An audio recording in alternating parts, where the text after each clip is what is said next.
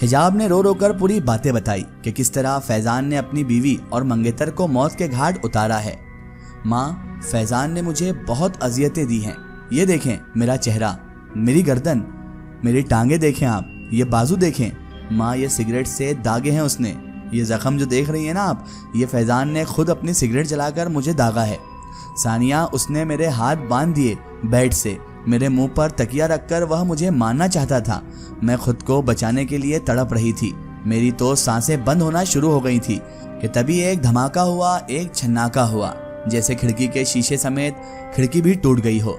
Sir झटक कर मैंने तकिया हटाया तो कोई बहुत बड़ा जानवर था।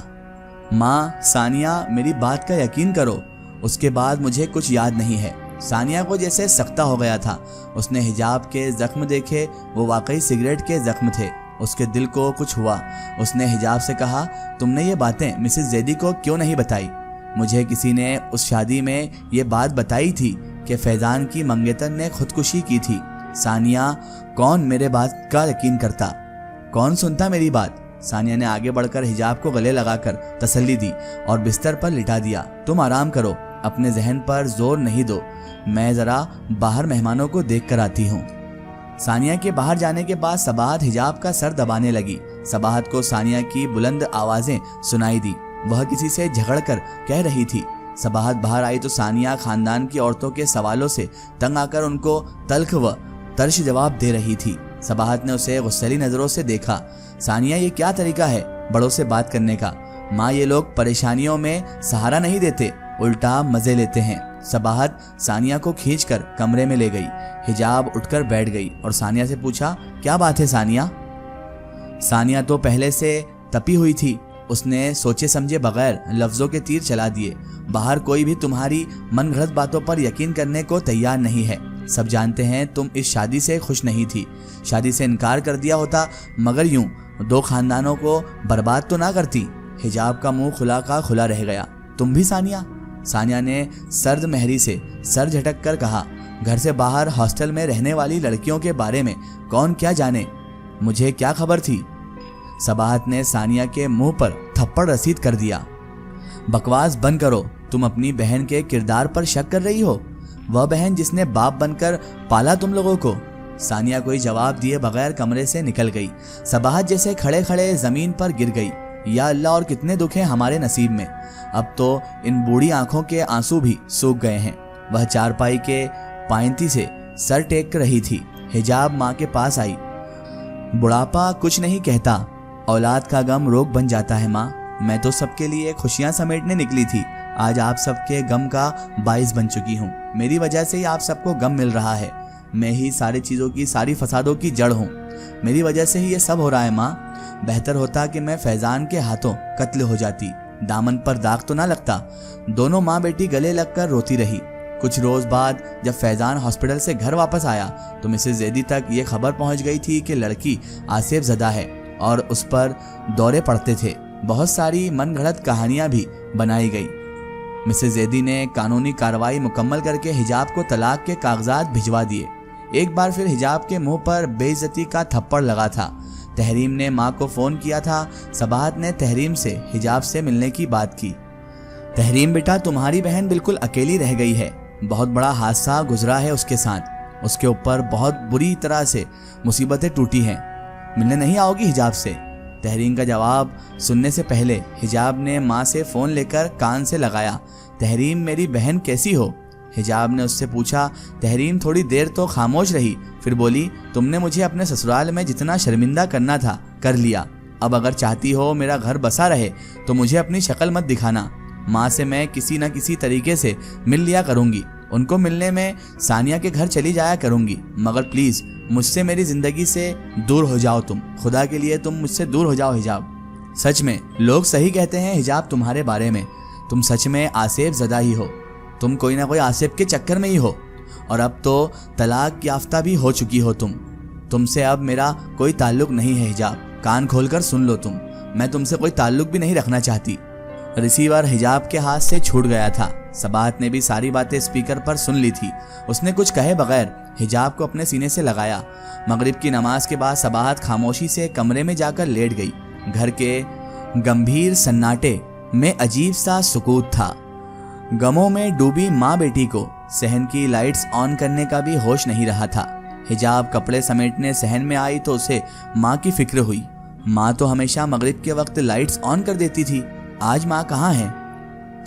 उसने सहन की लाइट्स जलाई और सबाहत के कमरे में गई। सबाहत कमरे में बेहाल पड़ी थी। हिजाब ने कितनी आवाज़ें दी मगर सबाहत ने आंखें ना खोली। उसने घबराकर डॉक्टर को बुलाया। डॉक्टर ने इंजेक्शन वगैरह देने के बाद हिजाब से कहा, अब आपकी वालिदा खतरे से बाहर हैं। उनका ब्लड प्रेशर इतना लो हो गया था कि फौरी ट्रीटमेंट ना मिलती तो कुछ भी हो सकता था। आपने बस ये ख्याल रखना है कि उन्हें किसी किस्म का सदमा ना मिले, दवाइयाँ वक्त पर दें और इनके खाने पीने का अच्छे से ध्यान रखें और याद रखें इन्हें किसी भी तरह का सदमा नहीं मिलना चाहिए, वरना हमारे लिए बहुत बड़ी परेशानियां खड़ी हो सकती हैं। वह रात भर माँ के सिरहाने बैठी रही, बार बार माँ का चेहरा और हाथ चूमती रही। सुबह के करीब सबाहत की तबीयत ठीक हुई तो हिजाब ने नाश्ता बनाया। दोनों माँ बेटी ने नाश्ता करने बैठी तो सबाहत ने कहा, हिजाब मेरा मोबाइल ला दो। माँ आप नाश्ता तो करें, प्लीज़ आप नाश्ता कर लें। नाश्ता कर लूँगी, मोबाइल ला दो बेटा। हिजाब ने मोबाइल लाकर दिया तो सबाहत ने किसी का नंबर मिलाया। हिजाब हैरत से माँ की बातें सुनती रही। सबाहत किसी से किराए के मकान की बात कर रही थी। बात मुकम्मल करने के बाद हिजाब से कहा, रफ़ात को कॉल की थी, वह मेरी अजीज़ जान सहेली है। वह अब नए मकान में शिफ्ट हो गई है। उसका पुराना घर मैंने किराए पर मांग लिया है। वो तो बेचारी कह रही थी किराया नहीं लूँगी, बस तुम आ जाओ। तुम अभी सामान पैक करना शुरू करो हिजाब, हम ये शहर छोड़कर जा रहे हैं। मैं चाहती हूँ हम कल सुबह यहाँ से निकल जाएं। मगर माँ, हिजाब ने हैरत से कहा, बस हिजाब चुप कर जाओ, तहरीम या सानिया का नाम भी ना लेना। मैंने रफ़ात से भी कह दिया है कि अपनी ही औलाद ने मेरे सीने पर खंजर चला दिए हैं। वह फूट फूट कर रोने लगी। हिजाब ने माँ को बाहों में ले लिया। रफ़ात ने कहा है कि आज ही पुराना वाला घर साफ करा दूंगी। बेटा, रफ़ात के बहुत एहसानात हैं मुझ पर, ये याद रखना तुम। उठो यहाँ से, सामान पैक करो। मैं नाश्ता करके सामान बुक करने के लिए किसी से कहती हूँ। माँ, आपकी तबीयत अभी सही नहीं है, हम कुछ दिनों बाद चले जाते हैं। अगर चाहती हो कि मेरी तबीयत ठीक रहे तो जो कह रही हूँ उसमें मेरा साथ दो। पैकिंग शुरू करो और छोटी छोटी चीज़ें पैक करो और बड़े सामान के लिए ट्रक का बंदोबस्त करती हूँ मैं। सारा काम हम अकेले?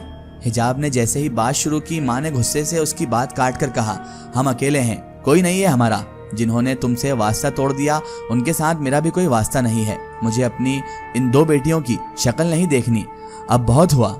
और सुनो, किसी को भी बताने की जरूरत नहीं है कि हम कहाँ जा रहे हैं। हिजाब खामोशी से पैकिंग में मसरूफ हो गई। सबाहत ने वैसा ही किया जैसा उसने कहा था। घर का सामान उसने भिजवा दिया और अगली सुबह घर को ताला लगाकर चाबी मकान मालिक को हवाले करके और माँ बेटी उस शहर से निकल गई। शाम तक वह दोनों रिफात के घर पहुंचकर खाना चाय वगैरह करने के बाद रिफात उन्हें अपने पुराने घर ले आई जहां उनका सामान पड़ा हुआ था। रिफात ने चाबी सबाहत को थमाई, ये लो चाबी, ये घर अब तुम्हारा है। घर काफी पुराना और खस्ता हाल था। हिजाब खोई खोई सी घर को देख रही थी। उसे अपना घर और बाबा का प्यार याद आया और उसके साथ ही बहुत कुछ और भी उसे अब याद आया। आंसुओं ने उसका चेहरा भिगो दिया था। यही हाल सबाहत का भी था। दोनों एक दूसरे से अपने आंसू छिपाए सामान जगह पर रखने के लिए पर तोलने लगी। मगर रफ़ात ने तो इनका काम आसान कर दिया था। घर की साफ सफाई भी रफ़ात आंटी खुद कर चुकी थी और बड़ा बड़ा सामान भी ठिकानों पर रख चुकी थी। थोड़ी देर बाद रफ़ात आंटी अपने घर चली गई, मगर 1 घंटे बाद अपने बेटे के हाथों चाय और बहुत सा खाना पीने का सामान भिजवाया। सबाहत ने किचन सेट करना शुरू किया और हिजाब कमरों में सामान ठीक करने लगी। दोनों माँ बेटी थक गईं तो चाय पीने बैठ गईं। हिजाब ने आहिस्ता से कहा, माँ, हमारा तो कुछ भी अपना ना रहा, ना कोई रिश्ता अपना, ना ही घर अपना। जो कुछ भी हुआ उससे बेहतर था मैं फैजान के हाथों मर जाती। मेरी वजह से आपका सब कुछ खत्म हो गया। मेरी वजह से सबको छोड़कर आपने अच्छा नहीं किया। ये सब बातें छोड़ दो हिजाब, सारे फैसले रब्बे करीम करता है। मैं बस ये चाहती हूँ कि अपनों के तीर सहने से बेहतर है हम अकेले रह लें। हिजाब, एक बात याद रखना, सानिया और तहरीम को कभी पता ना चले कि हम कहाँ हैं, वरना मैं तुम्हें कभी माफ़ नहीं करूँगी। मगर माँ, वो आपका खून है, आप उनको भूल नहीं सकती। जब जिस्म का कोई हिस्सा नासूर बन जाए तो उसे भी काट कर फेंकना सही रहता है। उसे काट कर फेंक दिया जाता है। रफ़ात के बच्चे तुम्हारे बहन भाई हैं। अब दोबारा कभी मुझसे इस मौजू पर बात नहीं करना। मेरी बेटियां मेरे लिए मर गई हैं और हम उनके लिए सानिया और तहरीम के लिए माँ का अचानक इस तरह घर छोड़कर चले जाना बहुत परेशानी की बात थी। उन्होंने माँ को ढूंढने की बहुत कोशिशें की मगर ना ढूंढ सकी। दोनों खूब रोईं, एक दूसरे से लड़ी भी। हिजाब ने घर के नज़दीक एक छोटे से स्कूल में मुलाजमत कर ली। माँ बेटी का अच्छा गुजार हो रहा था। रफ़ात आंटी इनसे किराया भी नहीं ले रही थी। 7 माह गुजर गए थे। अपनों से बिछड़ने का गम दोनों को खा रहा था मगर दोनों एक दूसरे से ये गम छुपाती। रफ़ात आंटी रोज आती, उनके साथ वक्त थोड़ा अच्छा गुजर जाता। वह तो अक्सर अपनी मुलाजमा भी भेज देती मगर हिजाब ने मना कर दिया था। कपड़े वह इतवार को धो लेती थी। जिंदगी के शबो रोज गुजर रहे थे। अब उनकी जिंदगी में कोई सुख नहीं बचा था, लेकिन आगे क्या होने वाला था ये कोई भी नहीं जानता था। इसकी आगे स्टोरी हम देखेंगे इसके अगले पार्ट में। दोस्तों, अगर आप भी अपनी जिंदगी की कोई सच्ची कहानी या सच्ची घटना हमारे चैनल से शेयर करवाना चाहते हैं और आप चाहते हैं कि आपकी स्टोरी भी माय स्टोरी बुक चैनल से शेयर हो, तो आप हमें हमारे फेसबुक पेज पर कांटेक्ट कर सकते हैं और अपनी स्टोरी वहां पर हमें बता सकते हैं।